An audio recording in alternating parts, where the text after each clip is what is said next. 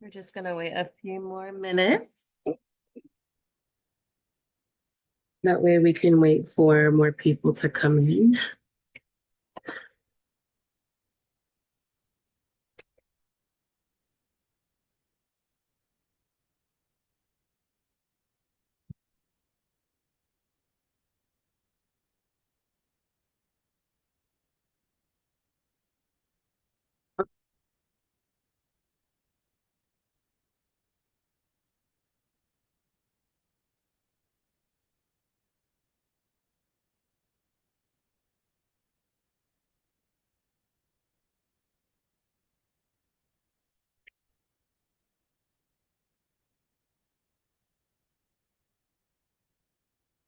Oh, okay. Let me see.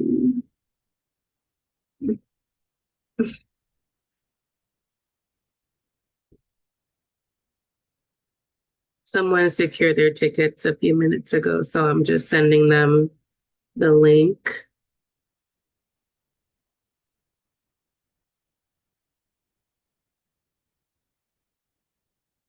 If you can see my screen, can you say yes in the chat?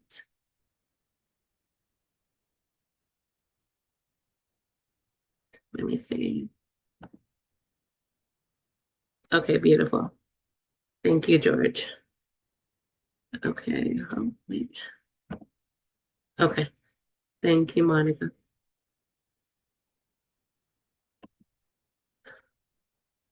Okay, hold on. I'm just gonna forward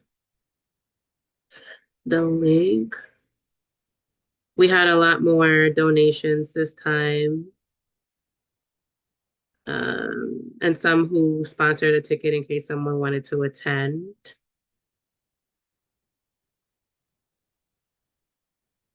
And so we're expecting about 6 more people.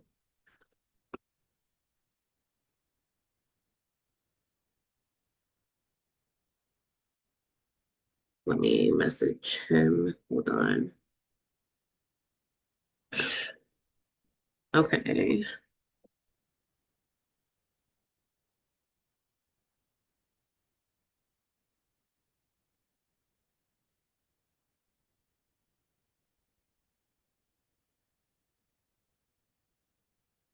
Welcome, iPhone.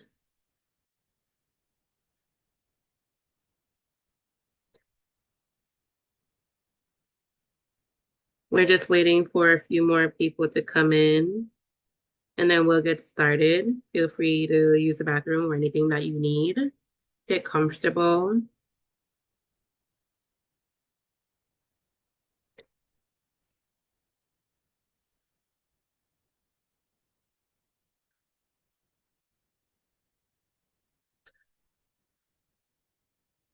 Oh, it's Anya. Hey, Anya, my love.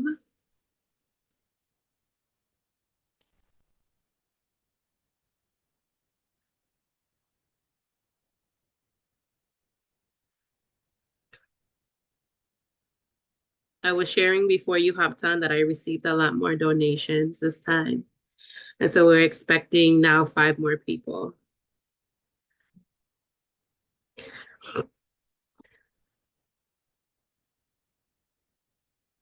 So we'll get started around 5:30-ish,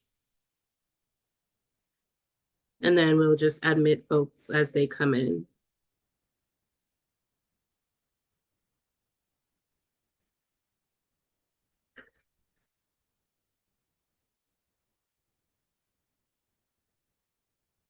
Okay, another person is coming in. Okay. All right, so now we're down to 4 more people coming in.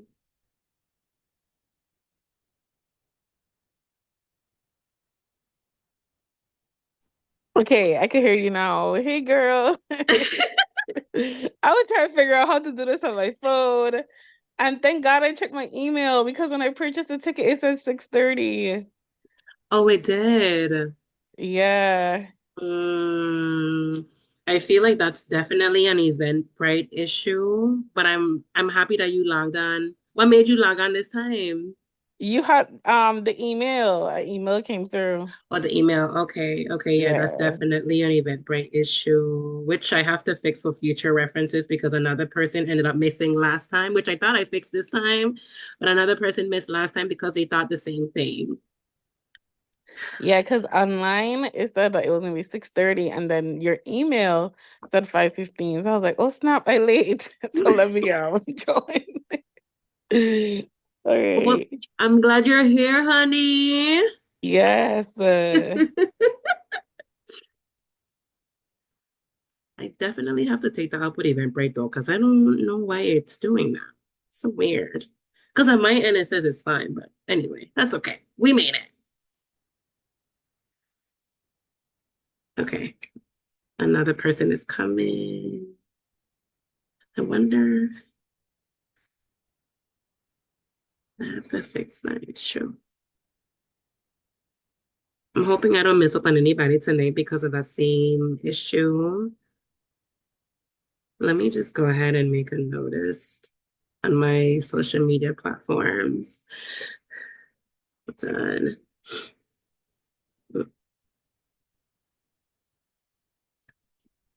Okay.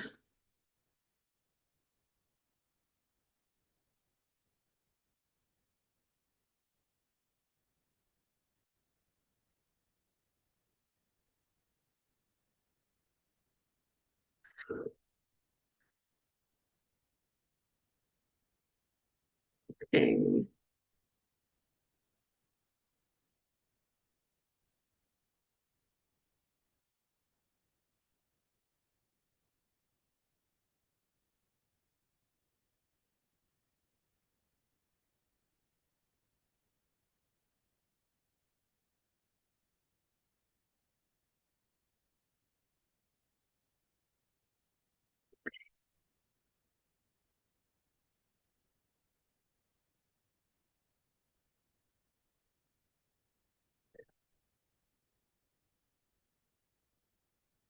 Let's see.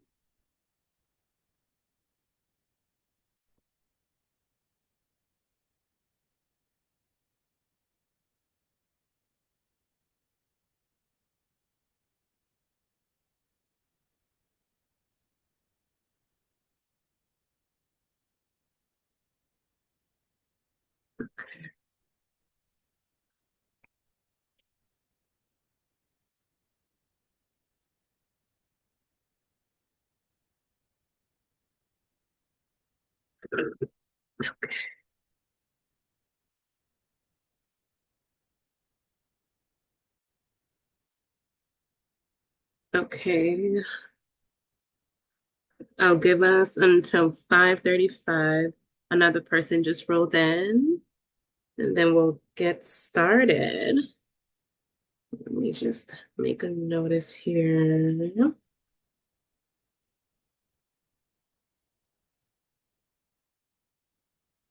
Okay.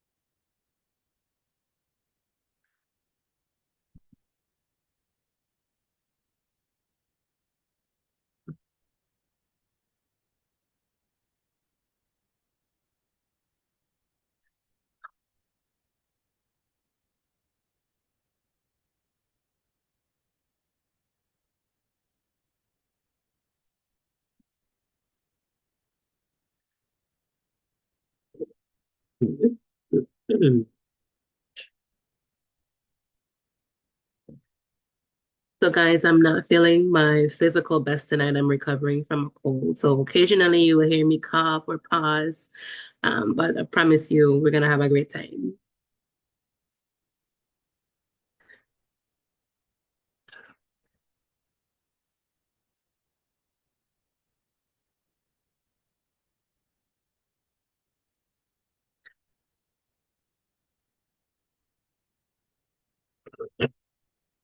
Okay. We're going to get started in 3 more minutes.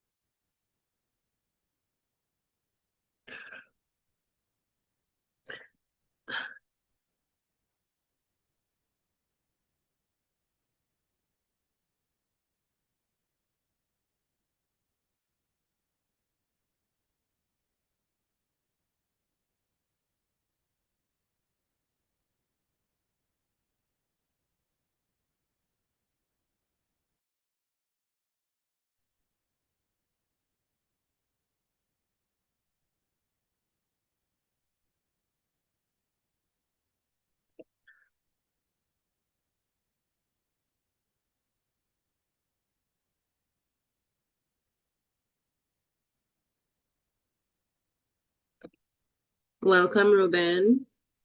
We're about to get Hello. started in. Oh, hi. Mhm. All right. Good night, everyone. Good night. Good night. We're about to get started in about 1 minute.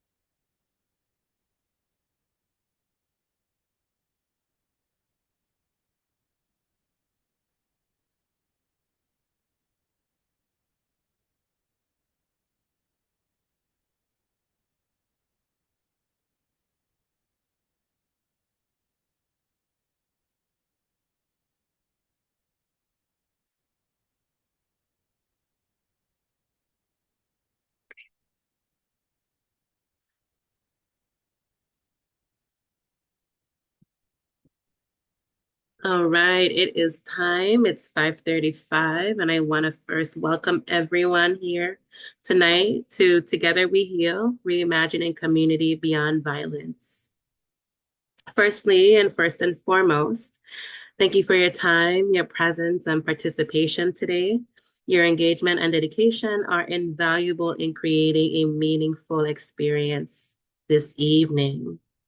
As we ground ourselves in this present moment, sometimes, our bodies could be physically in one place, but our minds are elsewhere. And so, as we ground ourselves in this moment, in this seminar, thank you for being here. Thank you for investing in this educational seminar, for your donations, for your attendance. Thank you for believing in mental health and yours as well. Thank you for believing in community and raising mental health awareness. And thank you for paying it forward to your community in the roles that you are in, especially as you are a human being. And thank you for being brave as you encounter and still encounter your own adversities. And finally, thank you for believing in mental wellness. So before we begin, there is a disclaimer, just a couple things that we want to work through before we continue. I'm admitting one more person. Hold on. Okay. Let's acknowledge that some of the content we'll cover today may involve sensitive or triggering topics, particularly related to family dynamics, violence, community, relationships, stressors, personal events, and/or mental health challenges. Stepping away from the presentation is advised for a few minutes to get some fresh air if needed. If at any point during this presentation you are feeling overwhelmed, anxious, or triggered, I encourage you to take care of yourself and please step away, or even turning down your volumes. You are welcome to take a break, take a few deep breaths if necessary, and/or practice a few grounding exercises. And then finally, feel free to rejoin us when you are ready, and or stay in the room quietly if that feels better for you. If you were at one point engaging and maybe something comes up and you stop engaging, that's okay too. Your presence is more than enough here. Your well-being is priority, so please listen to your body and emotions throughout our time together. Let's digest this quote before we get into the heavy stuff.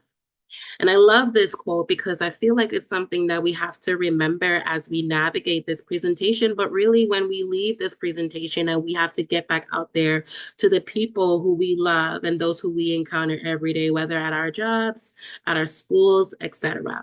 And it says, we don't heal in isolation, but in community. And as we continue today, we will learn more as to why. So let's start. At some point, everyone here have either heard of, witnessed, or experienced violence, or all three, whether through lived experiences, news reports, viral videos of violent acts, or other forms within our communities. These exposures have shaped how we perceive and respond to violence, often leaving lasting emotional, psychological, and social impacts. And so as we continue today, I want for all of us to think about, when was the first time you became aware of violence? And how did it affect your understanding of safety and community? We talked about experiencing and witnessing violence, but I want to define two of those. And so let's start with experiencing violence. What does this mean? It means to being directly involved in any act of violence, whether as a victim or a perpetrator. Experiencing violence leaves physical, emotional, and psychological scars that can last long after the act itself. And witnessing violence means observing it firsthand, whether in person, in the media, or as part of the community. Witnessing a violent event can have a significant psychological impact on the observer, leading to trauma, fear, and sometimes you're less sensitized. Conversations about violence and mental health are important because the effects of violence, whether experienced or witnessed, can impact our mental health. When we avoid talking about these topics, we reinforce the stigma and neglect the need for healing, education, and support. And that's why earlier on, I thanked every single one of you for investing in this seminar, because this is one way all of us collectively as a community, because this is a community right now, this evening, can have this conversation. And that way we can all contribute to this seminar. So not only am I looking forward to sharing information, I'm also looking forward to hearing from you as well as we continue. These conversations need to start early, and we'll talk more about early childhood development, especially when children begin developing awareness. Now, let's meet Jaden and Maya. The story may take a little while to consume, but as we're going through it, pay attention to what's coming up for you, whether emotions or your thoughts, or both. So, Jaden and Maya are siblings. They grew up in a tightly knit community where violence is a common and unspoken reality. Their family often tells them, stay out of it. There's nothing you can do. When their neighbors shout echo late in the night, or when someone they love is harmed, the response is silence. The children are warned not to talk about it because that's just how it is here. That's what they're hearing from their family members, right? At school, they witness bullying, but are unsure how to intervene. Teachers, overwhelmed and desensitized, turn a blind eye. The children begin to internalize the idea that violence is inevitable. So not only, I'll pause here, not only as we're listening about Jalen and Maya, are they not being able to have a conversation within their homes, but now we see in schools there's the same thing, but in a different way, right? And their power to respond is non-existent. As they grow, Jaden and Maya struggles to learn how to process the emotions tied to these events because they're taught to suppress and normalize them. In their family, Laura and Jalen and Maya, when harm occurs, whether it's domestic, next door, or physical altercations at school, they're told, don't get involved. It's not our place. Conversations about these incidents are quickly silenced, and the adults emphasize endurance over action. I'm just going to say that one more time. Conversations about these incidents are quickly silenced, and adults emphasize endurance over action, saying that's just how things are, normalizing it, right? Over time, Jaden and Maya internalize the belief that violence is a fixed part of life, and they lack both the motivation and the tools to respond to it. So feel free to unmute your mic or respond in the chat, whichever you feel most feels comfortable to you. And feel free to respond to any of the following questions, all of them in your own way. But let's talk, right? So in Jaden's and Maya's story, what stood out to you about how violence was normalized in their family and the community? How do you think this impacted their ability to respond as adults? And we haven't talked about them reaching adulthood, but let's think about that. Have you been Jaden or Maya? And I know that I have been. So how many of you have been Jaden or Maya? What emotions do you imagine Jaden and Maya experienced when they felt unable to act or speak up? How might these emotions show up in our own lives? I see a comment. What role does community play in reinforcing or breaking the silence of the cycle of silence? And can you think of any real life examples where a community has helped address persistent harm?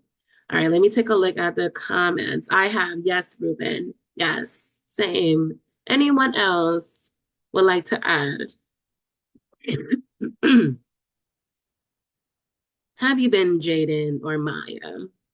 Have you been silenced? Have your family not talked about it in the house? What have you observed growing up? Because maybe it's not so much words, but maybe what you witnessed and what you saw.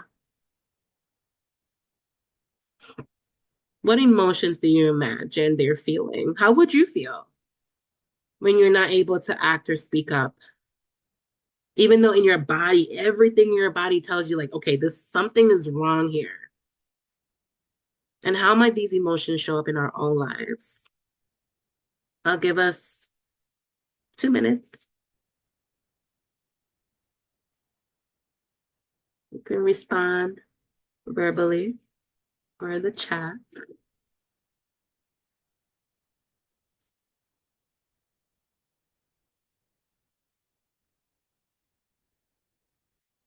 Don't be shy.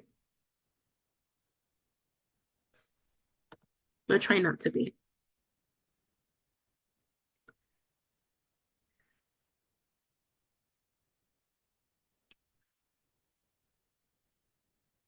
I see another comment.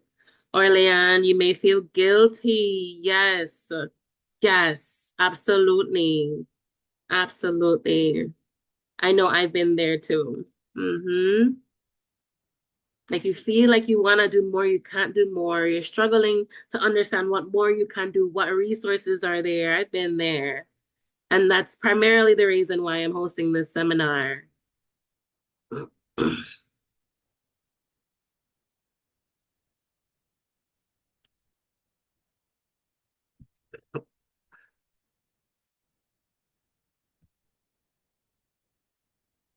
I see a comment. The guilt separates you from yourself. Oh, Ruben, that's powerful. As a child, it can be very damaging, absolutely in every aspect. Yeah, yeah. Because how could you turn a blind eye to something that you know in your heart, you've seen it, that was absolutely troubling? Yes, it's damaging. Absolutely. Yeah. Thank you. Okay, so we'll continue. And if you have any other thoughts, like even though we may be surpassing the engagement corners, you can definitely feel free to pitch in, share your thoughts, your feedback, anything that comes up. Okay, I want this to be an engaging space and that we're able to learn from each other. Okay, let's talk about research for a second. Oops. Oops, let me stop sharing. Hold on. Okay, I'm going to share one more time.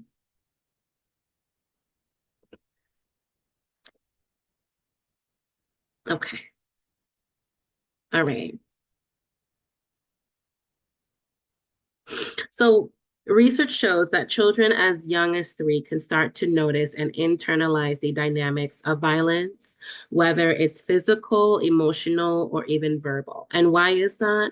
Because as early as 3, we're able to start, and I say we because we were once children, clinically, research tells us that as early as 3, we start to observe, even if we can't put the words together, even if we can't understand to some degree, there is some level of understanding because at the age of 3, we develop a sense of awareness, which means that we're able to notice, we're able to internalize. And like Ruben said, when we're witnessing harm, it can be damaging, and especially from an emotional standpoint.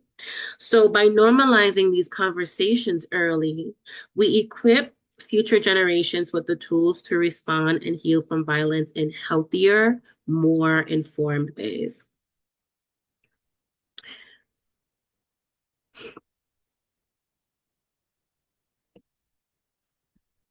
So like Jaden and Maya, how early did you witness violence in your life? If you could remember, it could be an age, it could be your earliest memory. If you don't remember your age,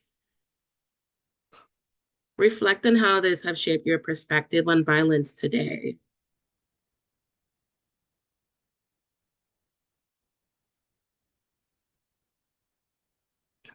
And these are more for reflection, just for us to think about, but feel free to answer.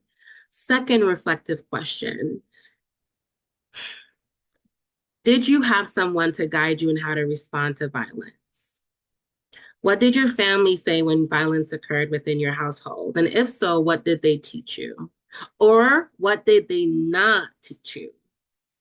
Right? What did you observe?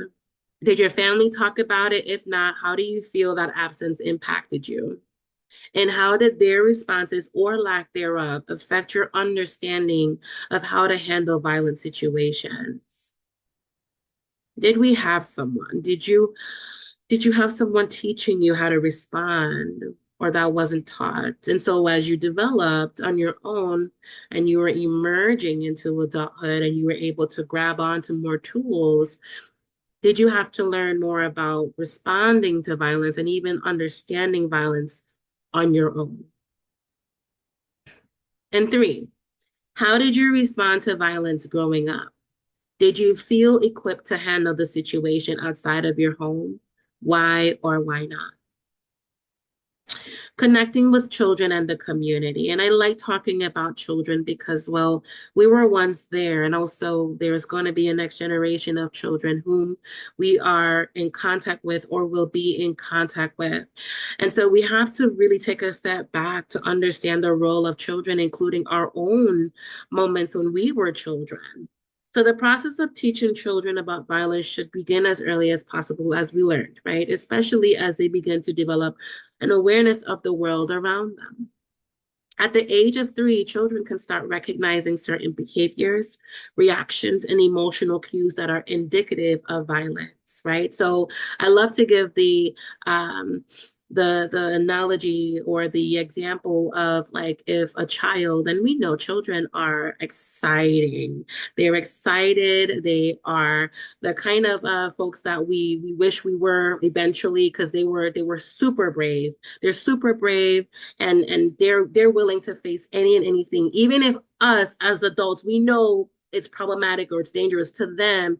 They don't have no idea of it being dangerous until us adults tell them that it is. So if they see a snake outside, and let's say we're an expert on snakes, and we know the snake outside, it's red and green, for example, we're going to turn to that child and we're going to say, don't go by that snake because that snake is dangerous. We know that based on the knowledge that we have.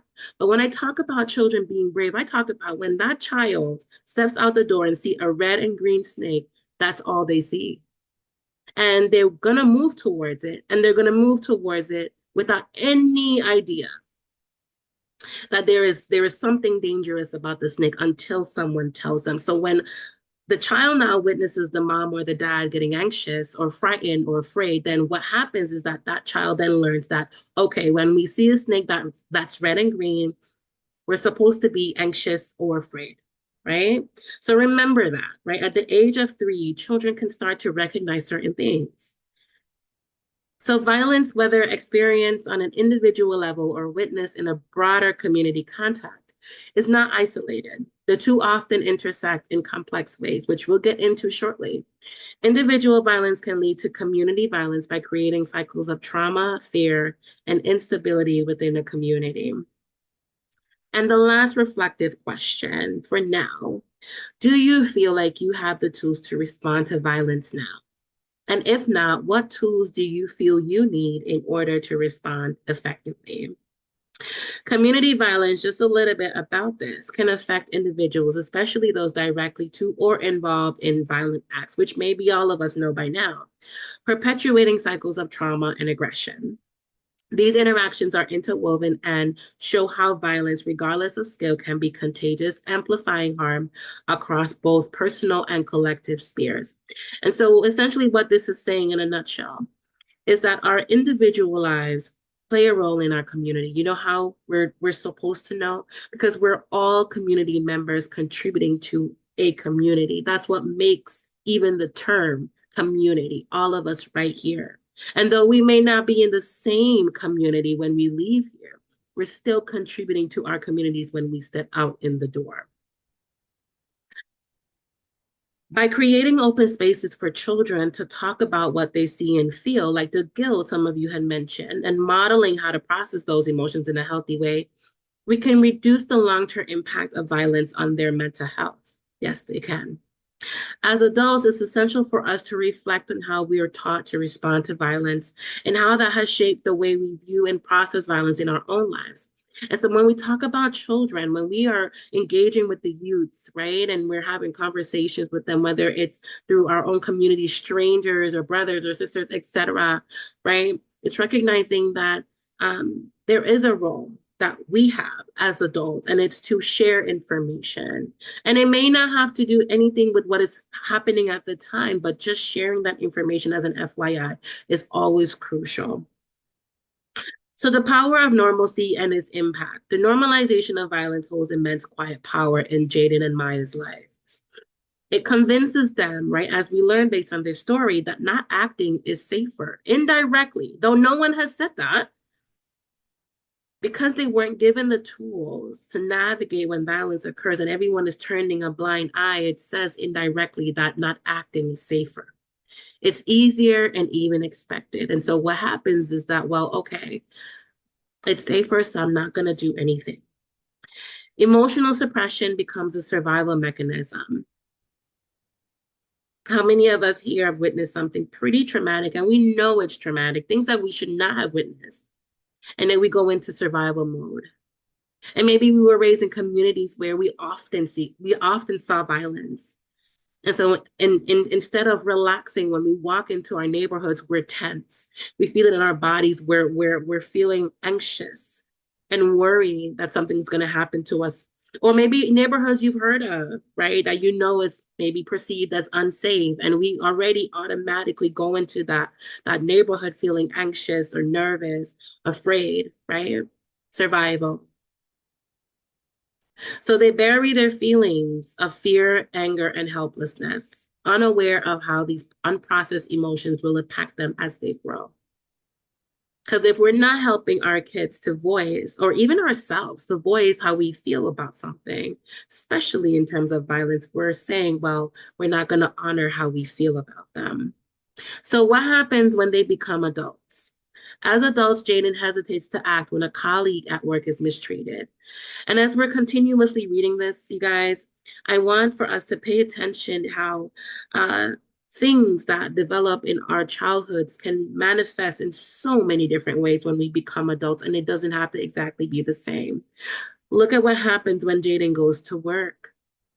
He's at work, he's being mistreated, and he's thinking, I'm not equipped to handle this. Maya, trapped in an unhealthy relationship, tells herself, it's not bad enough to leave, unaware that her silence is rooted in years of normalization of violence. In both the bullets, the first and the second one, they had been exposed to violence to some degree, because it doesn't have to be super severe to be considered as violent, but it can be violent or considered as violent based on the person's impact and how it affects them. But you see in Jaden's and Maya's story, I see a comment coming in. You see that they are now feeling that they're not equipped to handle and they don't have the strength to leave because of the normalization around violence. A cycle, absolutely, Ruben, a cycle, both struggling with anxiety and guilty, but feel disconnected from solutions, right? So we're feeling all of this tension in our bodies, the anxiety, the guilt, as Orlean and Ruben mentioned earlier, but we don't know, Jaden and Maya, they don't know how to address what they're feeling. They cannot or struggle with finding solutions. So what happens? Without support, their children, when they give birth to their children, they observe the same silence continue in the cycle as Ruben mentioned in the comments. In this environment, the environment that Jaden and Maya's in, the normalization of violence becomes a quiet authority. And I just want to repeat that because it's so important to remember this. In this environment, the normalization of violence becomes a quiet authority.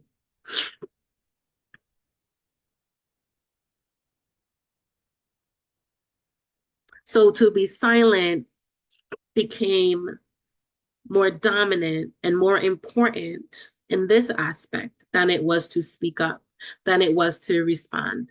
So it whispers to Jaden and Maya that standing up or seeking help is not okay. Don't do it. Refrain from doing it. If you see violence, turn the other way. Even if you have the resources to, even if you could call 911, you would rather not. And this normalcy silences not only their voices, but also their emotions. They stop questioning why things are the way that they are and they begin to mimic the patterns they observed. How many of us have been there? You stop questioning and it just has become so normal. You're like, oh, okay. Yeah, this happens all the time. This is normal, right? and how much of that normalcy should not be normal. Because sometimes we normalize things that should not be normalized, right? And so what happens is that when we continue to normalize those things and we have children, and we create that belief as well. And as Ruben mentioned, it continues a cycle until someone like me or someone else in your community comes along and says, no, there is a better way to do things. You can do things a different way. So let's talk more about being an adult in Jaden's and Maya's world. So they carry this ingrained belief, right? And remember, we all have value systems. We all have belief systems, some of our own and some we developed or adapted through our parents, our families, etc. When Jaden witnesses an altercation at his workplace, once more, he hesitates to intervene or even report it. That's what fear can do. That's how deep fear can go. You don't even want to report it, whether it's happening to you or someone else. Rationalizing, because sometimes we try to rationalize in our minds, like, yeah, someone else is going to handle it. And even though someone else may, that doesn't mean that we should avoid trying to, right? That's the difference. And now we look at Maya in the relationship, right? She remains silent, but here's the thing. She believes she doesn't deserve support, and she doesn't know how to reach out. So their emotional suppression manifests as anxiety, depression, or even chronic stress, which can lead to physical stress. Without tools to process or respond, they subconsciously teach their children, once again, the same patterns through their silence or passive acceptance. So when we're thinking about moving forward with breaking the cycles, let's think about a community-based solution for Jaden as an example. Having a conversation, whether it's through community, family, friends, peers at school, or even adults at school. Having those safe and facilitated conversation allows for folks like Jaden and Maya, and even maybe other members, to voice their concerns or their thoughts without judgment. Excuse me. And as we continue to have conversations, then that becomes the norm. And then what happens when the conversations are normalized, then we're saying, okay, we're going to provide more tools. And maybe somehow what happens is that we may see or witness or experience less violence. Okay. More community-based solutions, reflective practices. And I say community, well, what I mean by that is also like remembering that we're all members of the community. So if you meet someone like Jaden and Maya, then you can encourage them to participate in workshops that teach reflective practices like emotional processing, how to locate a safe environment to have the conversation, connecting them to resources, and or doing a self-assessment, right? Because some of us here may not have even been taught how to self-assess. We're not even taught how to look inward and try to identify how we're feeling. And if we were taught how to do that, if we were in environments like Jaden and Maya, even if we were taught how to vocalize our emotions, if we were feeling nervous and afraid, maybe we were silenced. Maybe we were open or welcome to feel those ways, right? And so instead of having us process those emotions and normalizing them, we say, no, don't feel sad. Don't be afraid, when it's okay to feel both of those things or many other things. I see a chat. Years ago, I had a member who was in a domestic relationship along with her children. When the dad physically abused them and we asked what happened, they will say that they felt okay or something else. It was sad because we knew it was abuse. At the time, we didn't report it. Thank you, Monica. How many of us relate to Monica here? And it is sad. It is sad. Yeah. And in those moments, feeling helpless and hopeless and being lied to also, like, it doesn't help. Thank you for sharing that. We know, we've seen, and at the time, we may not have reported it. How many of us have been there? We may not have reported it when we knew, right? Thank you so much, Monica.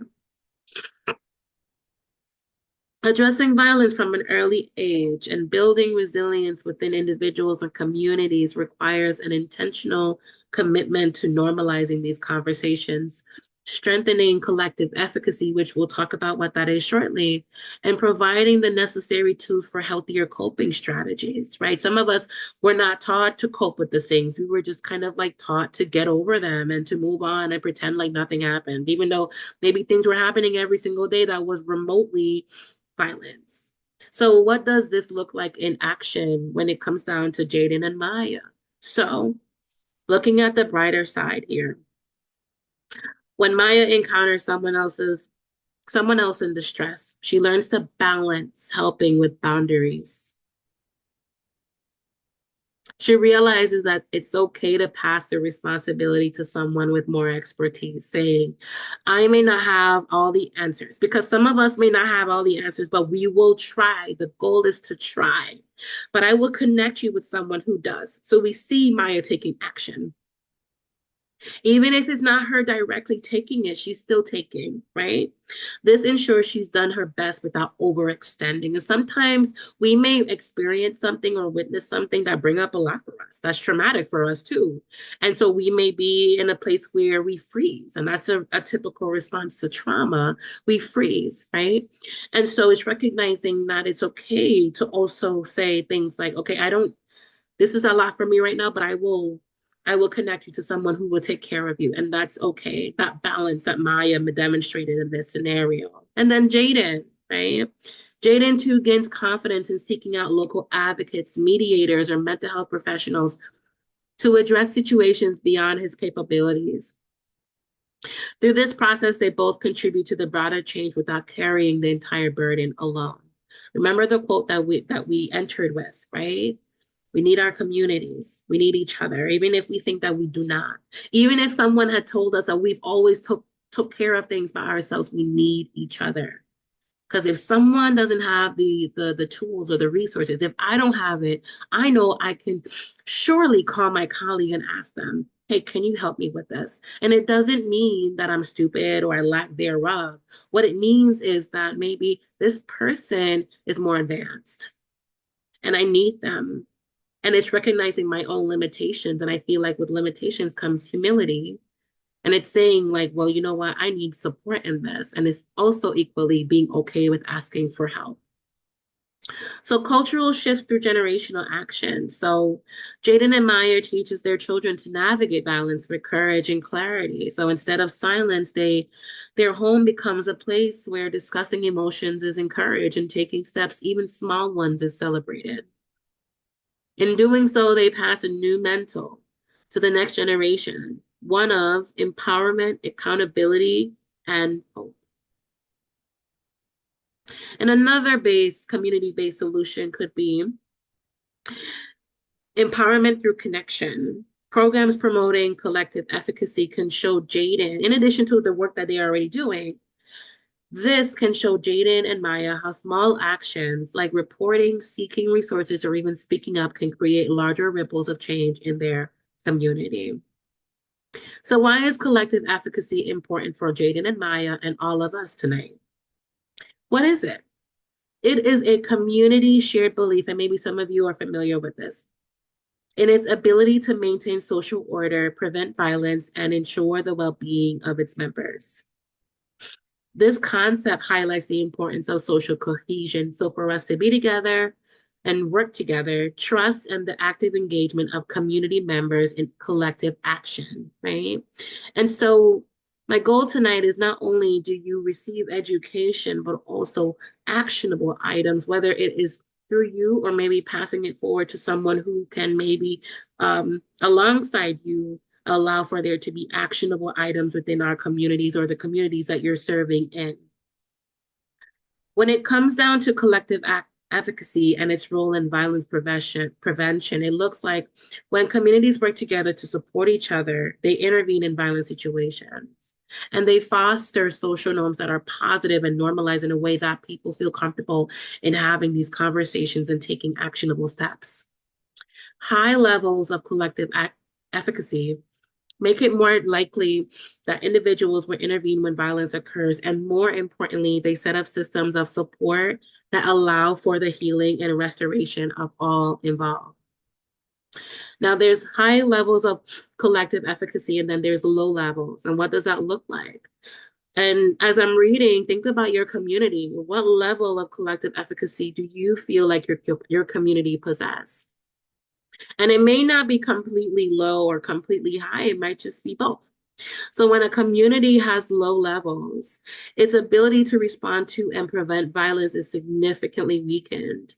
A lack of social cohesion and trust and willingness to intervene allows violence to persist and escalate. And I want to be clear here because, with having experiencing or witnessing violent acts, right, we can't be everywhere all at once, right? And so with that being said, right,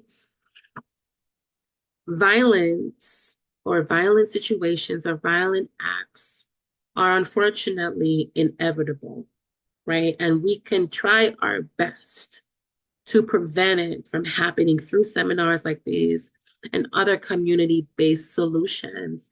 At the same time, I just want to make clear that violence will persist, right? And at the same time, we still have a position in that. And if it's recognizing to maybe share education about violence and some things maybe similar like this, connecting people to resources or even allowing them to engage in things, support groups, for example, that would help them where they're at in terms of what they're experiencing or what you're experiencing, then sometimes that is the most we can do. And what matters the most, and I will say again, is that we try. We try. We spread the word, we share awareness. And that's why even with promoting events like this, I'm grateful for awareness because awareness is important. Awareness is important. Even if the person doesn't attend my seminar this time, they know, hey, this person does seminars, right? Put a name to face, right? And then that way, maybe in the future, whatever that may be, that they're able to attend. And so awareness is very important. Conversations, education, resources after, so important. And so don't you ever think you don't have the tools. Continuing on low levels of collective efficacy. In these environments, individuals may feel isolated, powerless, or unsafe, leading to increased fear and diminished hope for change. Thinking about Jaden and Maya, this can perpetuate cycles, as Ruben mentioned, of violence and hinder efforts of creating safer and more supportive communities. For those individuals who have experienced or witnessed violence may feel like they don't have anyone to turn to or lack the tools to process what they've endured. This isolation can exacerbate mental health challenges, reduce the likelihood of seeking help, and perpetuate mistrust within the community. And so for the sake of time, this was meant to be an engagement corner. And I'm asking for everyone if you could stay on for an extra 10 minutes, given I was giving people more time to log on. So I'm just going to pose this as a reflective engagement. So how would you describe, and definitely feel free to respond in the chat. I will continue, but I will return to the chat, okay? So how would you describe the level of collective efficacy in the community where you grew up or you currently live in? And in what ways could you or others contribute to building stronger trust, connections, or shared accountability in your community? So why is education important for us to receive before approaching violence? Well, it plays a crucial role in helping individuals and communities understand and respond to violence. Right now, what we're doing tonight together is receiving education. So by teaching children and adults, and some of us have kids in the room, about the different forms of violence, it impacts on mental health and appropriate ways to respond, we can normalize conversations around this sensitive topic. Because let's be real, yes, this entire, and I mentioned, this being a disclaimer at the beginning, when we talk about violence, any forms, it is sensitive. And so maybe that's why we are not maybe open to responding to it in a more so empowering and powerful way because it's so sensitive. And so how can we still keep it sensitive and still move past towards taking action?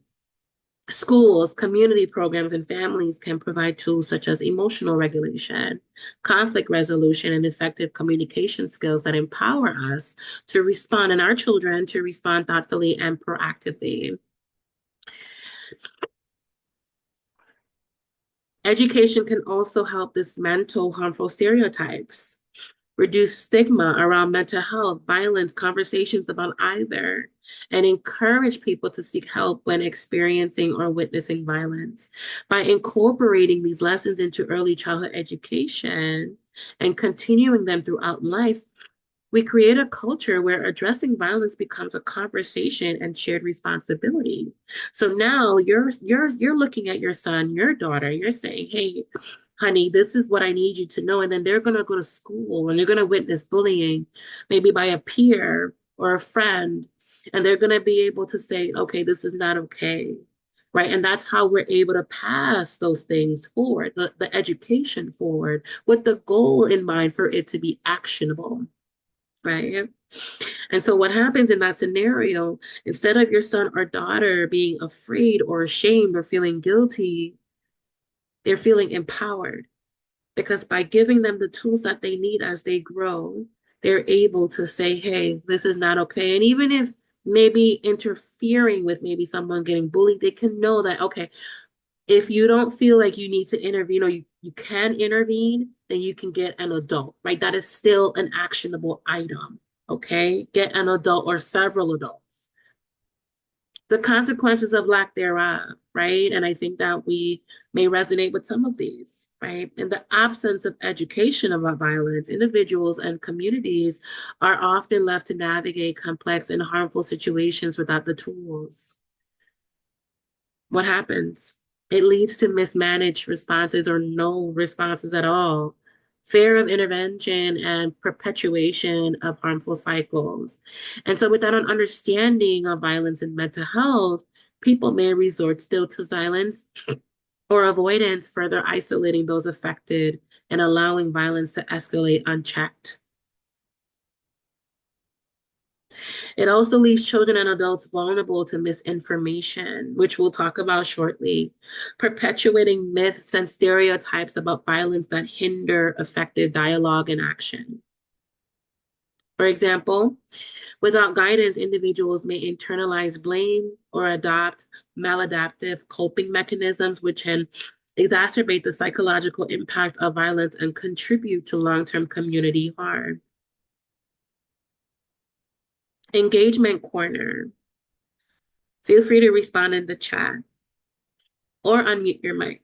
How are you, educated or not, about recognizing and responding to violence in your family, school, or community? Think about what Monica shared with us tonight. What tools or lessons do you think would have made a difference in how you or your community handled the violence? I'll give us 1 minute. Feel free to respond.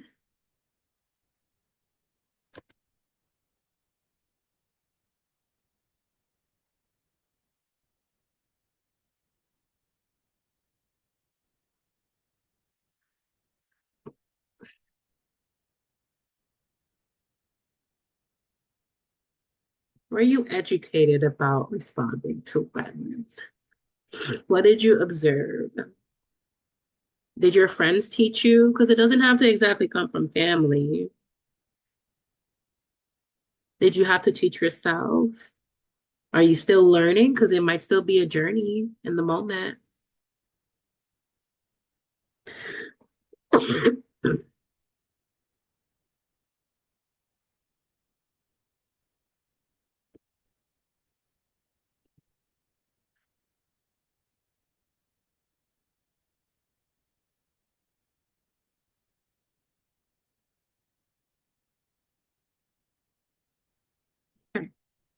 Feel free to respond if anything comes to mind as we continue.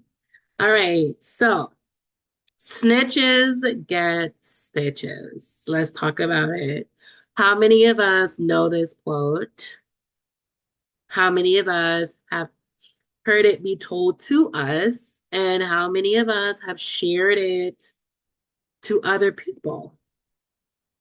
Okay, thank you, Orlean. I wasn't taught by family, thank you. But in schoolwork, I'm a mandated reporter, so we are taught to look for signs of abuse and neglect. Yes, thank you for that. Yes. And I feel like that's a privilege because I'm also a mandated reporter. When we are in our workplaces and they have us become mandated reporters, we're able to zoom in on things to look out for. And sometimes it takes that. It takes institutions to be able to teach us what it is that we need to know. And so that we're helping others, but yet at the same time helping ourselves. Thank you, Orlean. Anyone relate to Orlean? You know, it's okay if you weren't taught in childhood or by family, maybe work.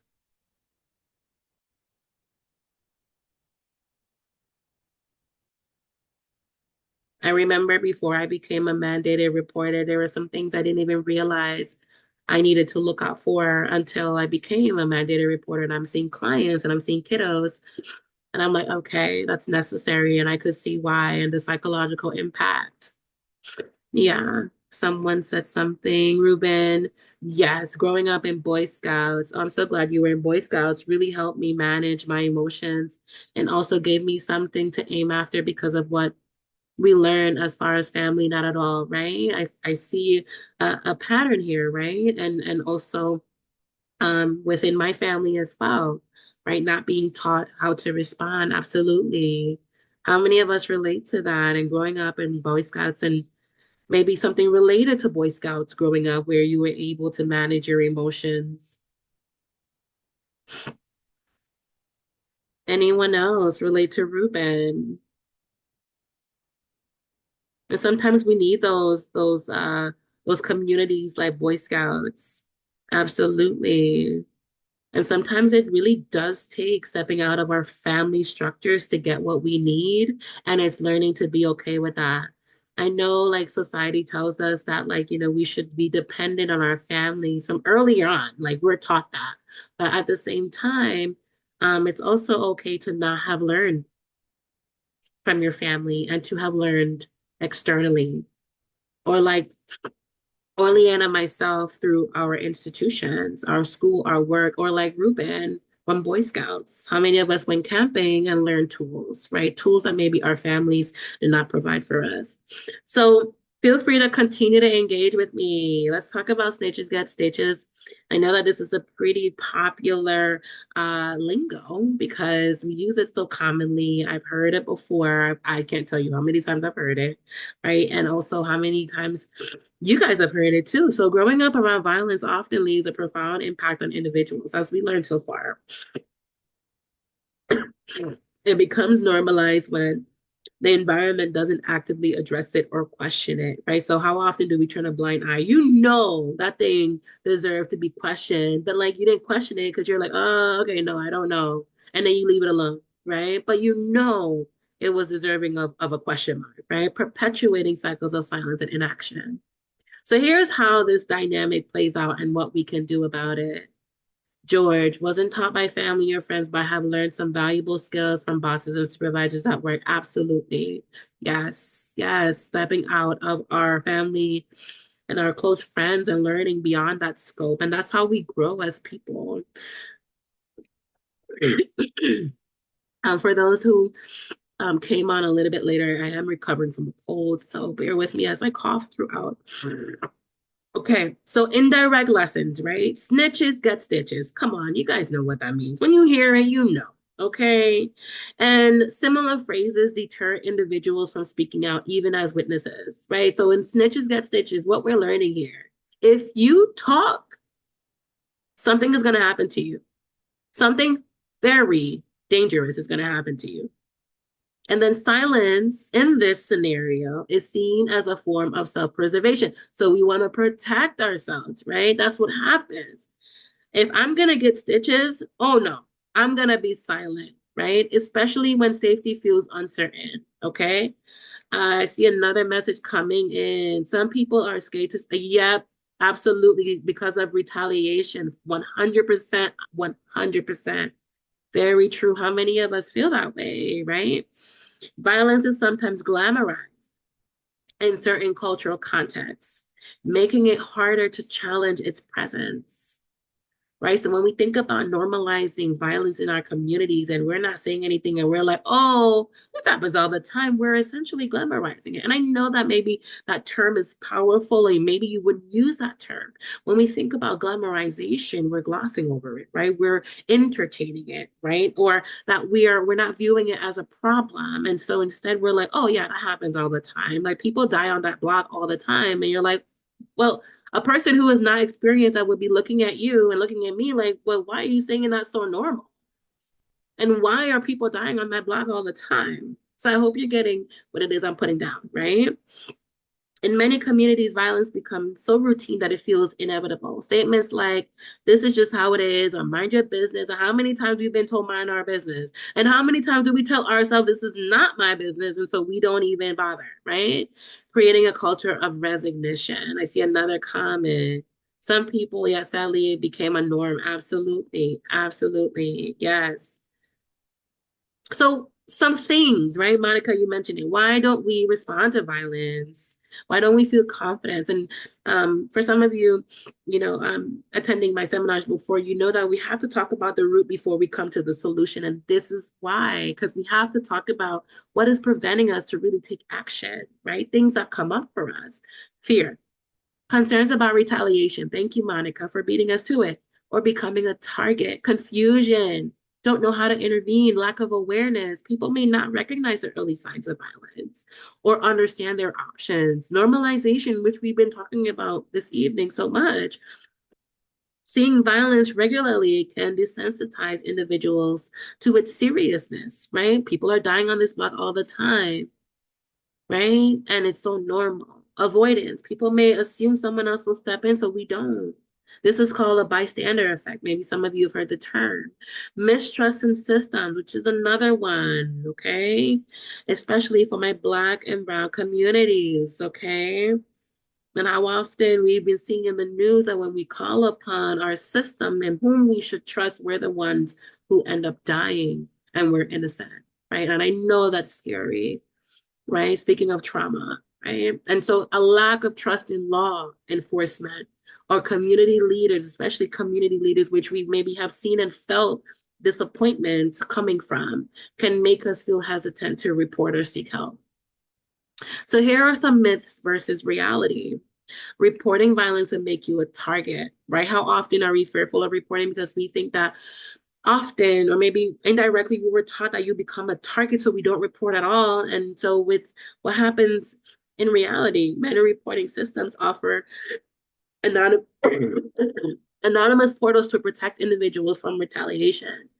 Another myth, it's not my business if it doesn't involve me. Well, what we learned tonight is that we're all members contributing to this community, so it does, right?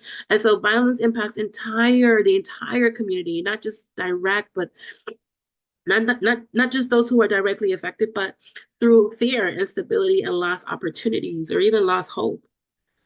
Another myth, speaking out won't change anything. How often do we feel that way? It doesn't make any sense for me to speak out on anything because it's not going to change anything. You might be surprised. Reporting violence or intervening safely can save lives. I've seen it done. I've seen it. Orleana, you may have seen it as a mandated reporter. I've seen it as a mandated reporter, as a therapist who have witnessed crisis situations with my kids. And so you think speaking out, and by the way, when I say reporting, we work through DCF, and DCF offers a anonymous portal which we can report, right? But I've done my part in reporting, right? So you can report, right? And it can save a life. Cultural shifts. So to break the silence, us as communities, we have to reframe violence as something that can be prevented, not just endured. Things that needs to happen before the violence happen, right? So if we know that violence is inevitable, and you come to a seminar like this or a training or etc., and they tell you, here is what you do when this happens, you're equipped. That's what prevention means. You are equipped. So when that violent thing happens, you can act. This requires addressing gender roles because we have to address them. Men and violence. What does that look like? Challenging the notion that aggression equals strength, right? And that you don't have to be aggressive to demonstrate that you're strong. You don't have to be. Educate my men about healthy expressions of masculinity, women and violence, empower women to speak out against abuse. Sometimes we feel most comfortable being silent because we're afraid, and provide tools for self-advocacy. Youth and peer norms. Teach children that reporting violence isn't betrayal. It isn't. It's bravery and a step toward collective safety. Let's talk about men. I have to talk about my men. So men make up the overwhelming majority of incarcerated folks, okay? According to stats, 93% of incarcerated individuals in the US are men, while only 7% are accounted for women. This disparity isn't just a matter of crime. Of course, we know it's a reflection of systemic issues in how society views masculinity, like how people view Black men as angry Black men, emotional expression, the lack thereof, and behavioral expectations that men should not cry or express their emotions. And so what happens when men are taught that? They're angry all the time. They don't demonstrate any other emotion besides anger. And why are we talking about this? Thank you all for staying on for a few more minutes as we wrap up. This statistic is important because it underscores the need for different approaches to conversations with men. The societal stigma that men must tough it out. There are a lot more men in this room, okay? I know we've been there. Remain stoic. Don't respond. And avoid vulnerability has contributed to unaddressed emotional struggles, which can lead to destructive behaviors. Like when we think about the statistics, right? 93% is a high number. By normalizing emotional expression, silencing the stigma around men, seeking mental health support, and re-examining gendered expectations, we can pave the way for healthier individuals and communities by reducing cycles of harm and incarceration. I would love to see the rate. That 93% scared me when I saw it when I was doing my research. Many men are conditioned to suppress their feelings, which can manifest and usually manifest as anger, because what I've learned when I was an IOP clinician for just about 38 men, and it was just me and the men in the room, is that anger, it's much more accepted, even though there's a stereotype, right? But it is much more accepted to be angry. And I would love the men to comment on this, to be angry than to be sad or to cry. And so what happens is that we're saying indirectly that anger is okay to demonstrate, and that's the only emotion to demonstrate, because if you fail to do so, you're a simp. You're being feminine, right? All of these gender things, right? Rather than just embracing all of the emotions because you're human. So we're teaching emotional literacy and providing safe spaces for men to express emotions can prevent behaviors that contribute to incarceration. And then we challenge the stigma. We do need to do that through conversations like we're having right now. Men seeking mental health care or emotional support are often perceived as weak. This stigma prevents men from accessing the help that they need. Conversations needed to validate their vulnerabilities as strength. So we have to reframe the expectations. Toxic masculinity reinforces aggression and emotional suppression. Addressing this through positive role models, education, and dialogue can break them down. And by reimagining these conversations, right, we can help men process their experiences in constructive ways and reduce the barriers that lead to incarceration and etc. Before even incarceration, but just being able to exist and breathe without having to feel like you have to be angry to have your needs be met, but you can be sad and have your needs be met. By recognizing the roots of silence and fear, we can dismantle the normalization of violence in our communities. Breaking down the cycle requires education, prevention, and collective courage to envision and create safer spaces. I see a comment. I agree. George says it, I agree. It's very hard to show emotions such as crying or expressing how you feel. I feel like a lot of us men are expected to be bulletproof. How many of you men here relate to George and not show much emotion? But that's not the way to be. Absolutely. Yes. Yes. And it's moving towards it not being that way, because if not expressing emotions is something that you've been taught and you've always done for like 30 years, if someone like myself comes and tell you like you should start showing emotions, then it's gonna take a little while to want to feel those things and accepting your body and feeling those things. But once, and I've seen it, once you're able to reach that capacity to release the anger and to invite crying and sadness, it is the most healing thing I have ever seen, and I know that you would ever feel. So some slides I'll skip over for the sake of time because I want to get to actionable items. But I want to hone in on this. Shifting our mindset to approach violence as something we can address is not easy. And this is going to be a two-part seminar, okay? It's not easy, especially when we've been conditioned to stay silent or haven't been provided with the tools to respond. This change requires intentionality, patience, and practice. But over time, it builds confidence and comfort in confronting what once felt impossible. Silence is not safety. Choosing not to respond can sometimes perpetuate harm. Growth takes time. So all of what we're learning today, right? If you were the person who have felt nervous about approaching violence, confused or afraid, you may still feel that way after you leave today. Still, my hope is that we challenge those emotions and we try our best to take action in the safest way that we can, because you can take action in the safest way. And it's better to take action in the safest way than to not take action at all. Okay? We're not alone. So learning to respond is a collective effort. It really is. It really is. Communities can support each other in this journey. Many of us have been taught directly or indirectly that violence is either inevitable, like I was mentioning, right? Because it is, or beyond our control, right? But there are some things that are in our control. And even if we can't tangibly, positively affect what's happening or change what's happening, we can, like Maya, connect the person or connect yourself to a resource that would allow you to take action, right? And learning these responses involves recognizing that, and we'll continue on, but I want to talk about one aspect of how we can unlearn these things.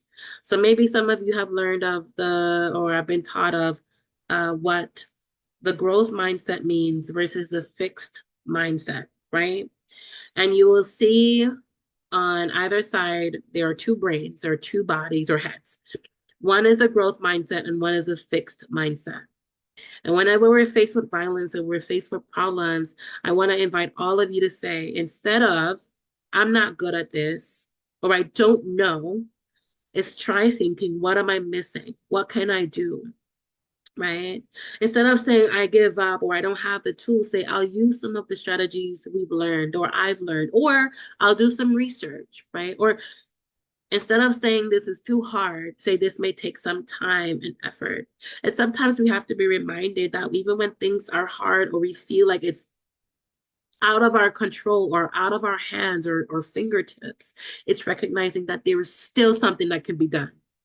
So even if you know of something violently happening across the state for someone you love or you care about, and you feel like, oh my God, I'm in this state and I can't reach them, you can still have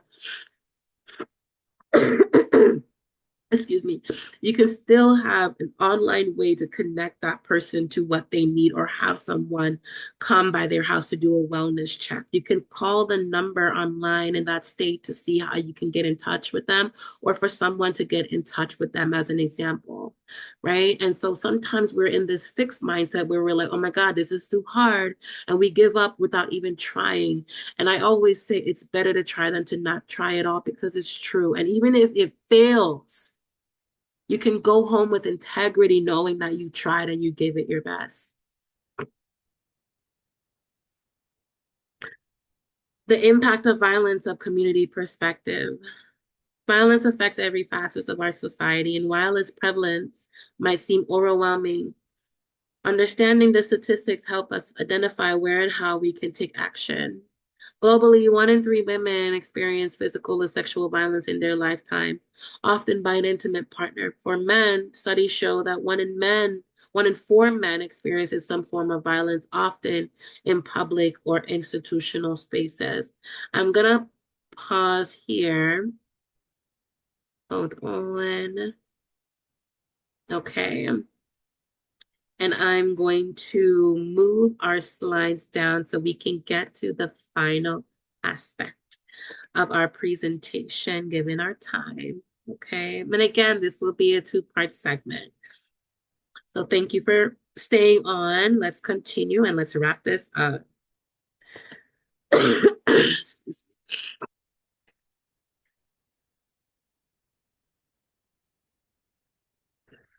Okay.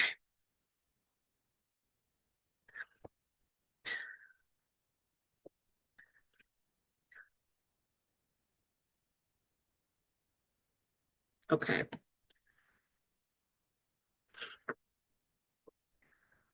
All right. Okay, so we will continue here and then I'll skip over and then we'll get to actionable items because I want to make sure that we get to this. Men are domestic violence survivors too. And I know that often we associate domestic violence with women because it's true. I mean, women account for 25%, but there are men who I've encountered personally who are victims and survivors of domestic violence. And that includes and makes up about 11.1% of men. Okay. And so it's recognizing that men do also face their own unique challenges, such as stigma or fear of not being believed, which can make it harder to seek help, right? Because of the higher number acquainted with women experiencing DV versus recognizing that it's something that can happen within men as well. And so, in a nutshell, we want to understand that violence can take many forms, affecting individuals or communities in various ways. And we are able to gain a sense of different forms of violence based on our slides up until this point. And so we will continue with and end with talking about breaking the cycle. Transformation begins when the community acknowledges the problem and takes action. Culturally and community-centered solutions are introduced to shift the narratives. Narrative is what is going to take us there. How? Accessible resources. Communities establish easy to find hubs for mental health support, safety planning, and education about violence prevention. And remember, you yourself, you're a resource, right? So even if like you see someone, one of your friends who are struggling and you're not sure, do some research, right? But don't leave them high and dry. You know, use yourself as a resource and connect them to resources that they need. And celebrate a shared responsibility, programs highlighting the importance of collective effort, reinforcing that no one person has to fix the entire issue alone. And then cultural healing practices. So reflective exercises like for, oh, someone is coming back. Okay. Reflective exercises like what we learned about Maya and Jaden, right? Telling stories, right? Sharing your personal experiences so that people know like they're not alone and that someone like you can share with them resources or maybe lessons that you've learned, right? Promoting healing strategies while honoring the heritage. Preventive education, so hosting workshops. What I'm doing right now, everyone here can do, right? It's a matter of gathering your resources, right? And even if it's not in this formal, pretty presentation, you can provide those educational like nudges in your social groups, right? How many times do we connect with our friends and our families and they have like challenges that they're going through and they come to us to vent? Or you go to them, right? Creating awareness campaigns, challenging harmful narratives like snitches get stitches, as we talked about, right? So if you hear that, I'm hoping that you feel comfortable in saying, well, it depends, right? Challenging that, right? Or something along that lines, right? And so also building trust and support systems, right? Advocating for community policy models. Well, that is more so geared towards our community leaders, right? And then developing partnerships between neighborhoods and violence intervention programs, right? So, really going out in the community and recognizing that there are resources out there that you can connect to and be involved in and volunteer in. Supporting bystanders. So remember, we talked about folks who feel nervous about stepping in. And so what happens is that they stay on the side and don't approach it, don't intervene. Encourage safe ways to intervene, right? The direct opposite. Say it's okay to call the hotline. It's okay to call 911. I'll stay here with you as you call 911, or I'll call 911 for you, right? And there's like a texting option now, right? Because of technology is advancing, and so that comes with the privilege. And then normalizing asking for help by sharing resources widely. Now, what happens after the crime? Right?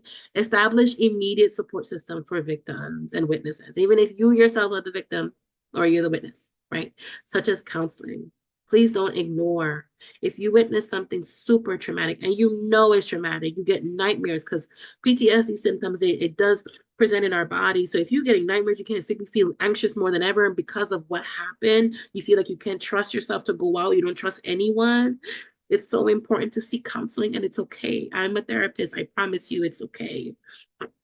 Train community leaders to act as intermediaries who can provide guidance, right? And we also have to be truthful about this, that some of our community leaders do need support themselves, right? And it's so important to recognize that if you are in contact with a community leader, why is my slide not moving? Oh, wow, that's great. Okay. All right.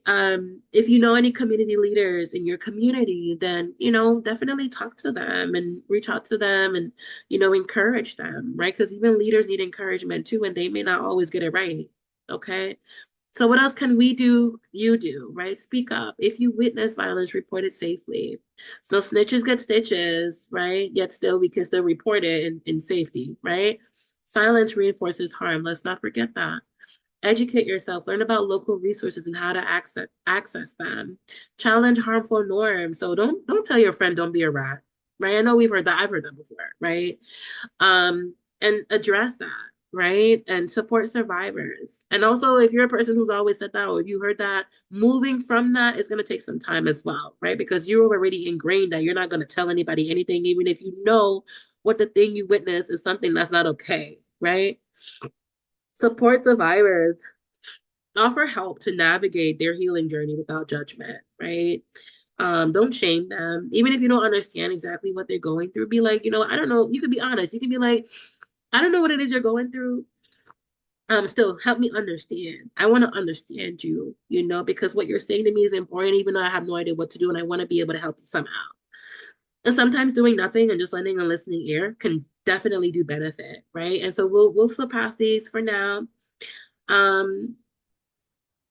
But I wanna have us pull from Marcus for a little bit, because we're gonna learn from Marcus how he handled a violent situation that happened in his neighborhood.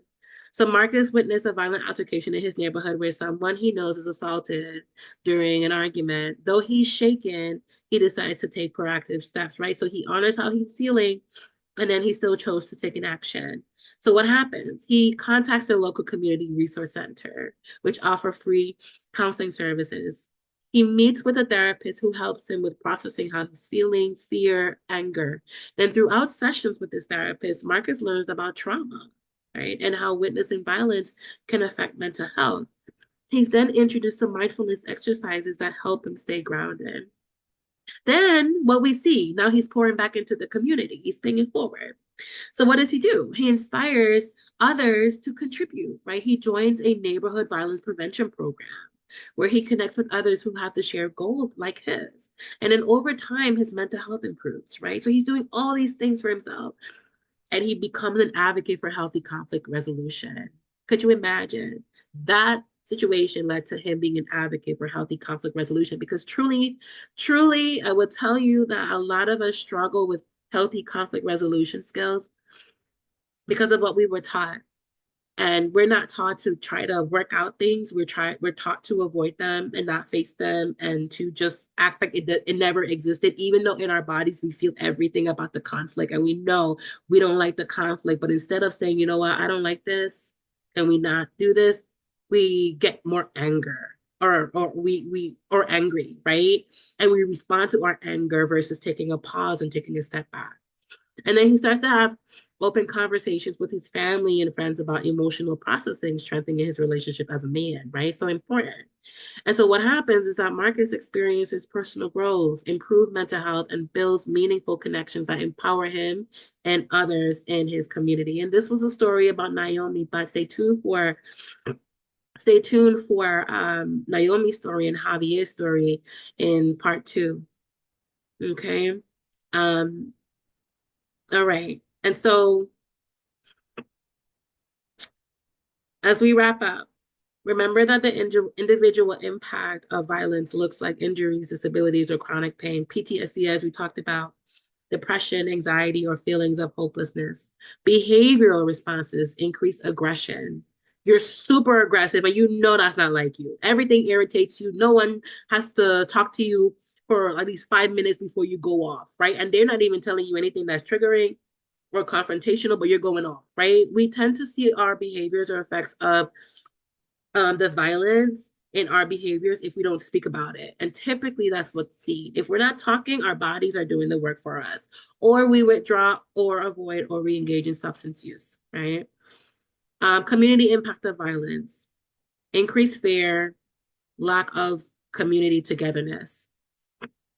And economic effects take place too, like decreased property values, higher healthcare costs, and reduced investment in the area. Right? When we think about areas that are not funded, right? Generational effects, trauma passed down, what Ruben mentioned earlier, a trauma cycle passed down to future generations, perpetuating cycles of violence. And I want to hit this, I know we're to the end, but I want to hit this because we talk about youths, and we were once youths ourselves. And some of us in the room has children.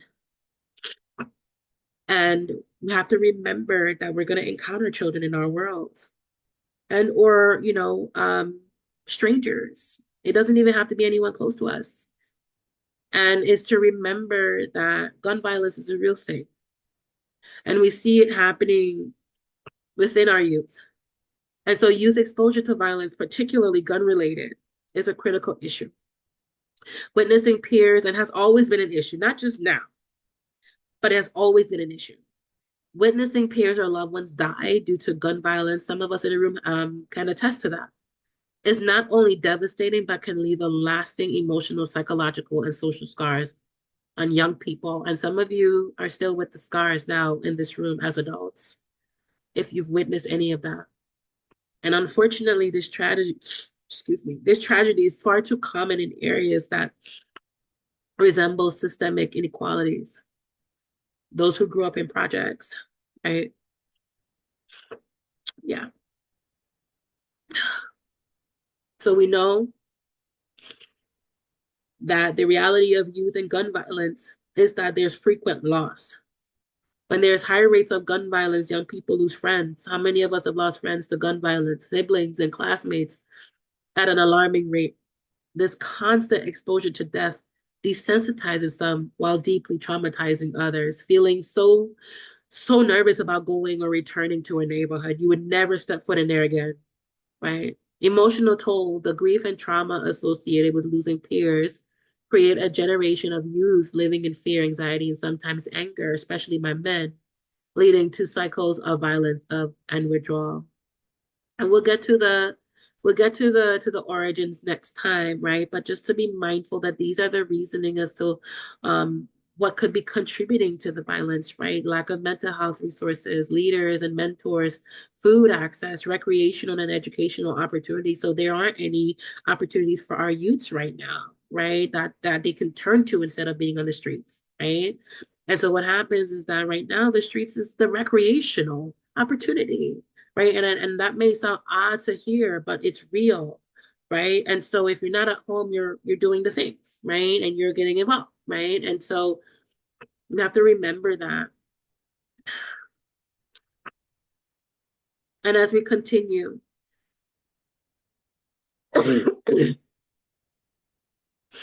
It's so important to invest in community resources. Develop your programs if you could, recreational facilities and vocational trainings. Introduce school-based counseling and community health clinics, but it's having the conversation about normalizing that it's okay to not be okay, and then recommending a mental health service um, to a friend or a peer or a youth, right? Promoting leadership and mentorship. We can all be examples in the room, all of us here, and ensuring that there is quality access, right? Connecting folks to resources, doing some research, connecting them to affordable housing because there are out there and nutritious food. And so we'll just surpass Jalen, Jaden, and Maya. Community healing, which is important, which is what I'm aiming for as we continue this seminar for seminar 2, part 2. Community healing is the goal here, where we can come together to address collective trauma, foster understanding, and work towards restoration after an event or a history of harm.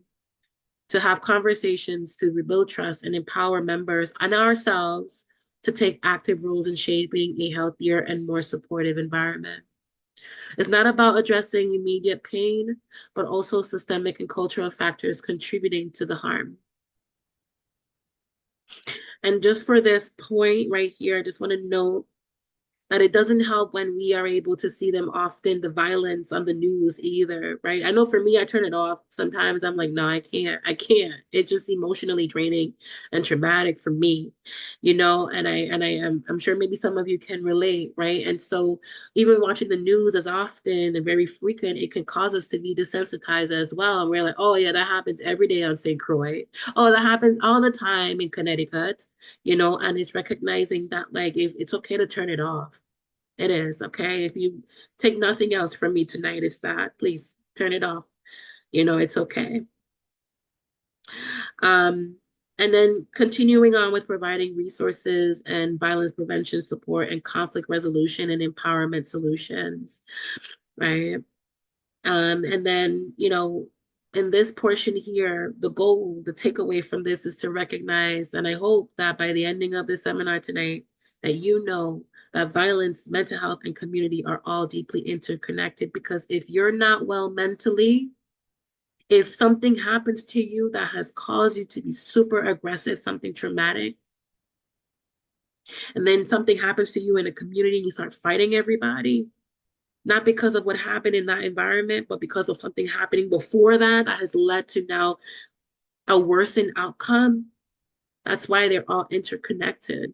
Because if you're not okay, you go out in the community and cause harm unintentionally, or harm comes to you and you're failing to walk away, then you're contributing, right? And so they all are deeply interconnected. And so we all have a role in prevention and healing, and to reduce the stigma while fostering an environment that is safe and resilient. It's common for us to think that violence, mental health, and community are separate because they often show up in ways that feel distinct or different or disconnected, but they are all interconnected. And it's, part of the reason why is because they're all separate, so like structures, right? So you wouldn't go to a police for mental health support, but maybe they would connect you to them, but the therapist wouldn't be there, right? But because of how structurally it's set up, we think that they're separate, but they're all interconnected. And so we'll just jump to the end. And this is my final note. Recognizing these patterns is key to shifting perspectives. Everything that we talked about tonight. By creating space for open dialogue and education, we can help people see how these areas are deeply connected and why addressing them together leads to better solutions for everyone. Thank you all so much for coming. Thank you for being patient and staying until 7. Thank you. I really appreciate all of you for your time. Staying longer than anticipated really made my night. Feel free to share any questions, emotions, thoughts, feedback, whether right now in the chat or when, I don't know, on social media. I know some of us here, I do follow you. Feel free to share your feedback because I'm always open to feedback. And No, then yeah, Uh-huh. Sorry. Yeah, no, No, I no. was saying Ruben. I was saying I really enjoyed this. This was really good. Thank you. Oh, thank you I also. definitely gonna shout you out on social media for sure. Ay, ay, ay. That's why I like Yeah, you, know. yeah, Uh-huh. no, deep, because this is what we need, to be honest. Just education. That's the foundation, you know. Yes. Yeah. Thank, thank you so much, my love.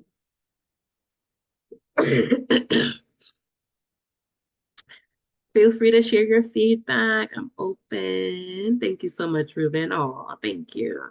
And, without further ado, if you are not connected with me on the socials, connect with me at BSOS blog on Instagram. That's my blogging site and primarily my mental health site. We can connect there and on Facebook. You can also connect with me on TikTok at Therapist Friend Chan. I'm also uploading content there too.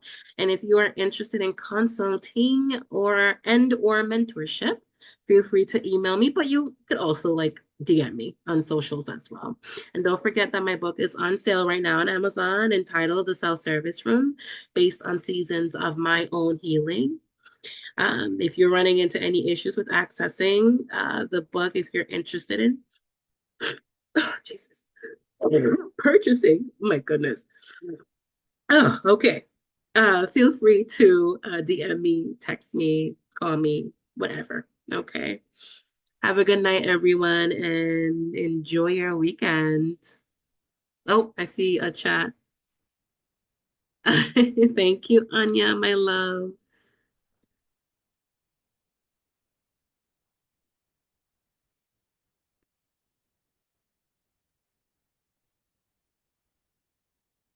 Okay, I'm gonna stop sharing and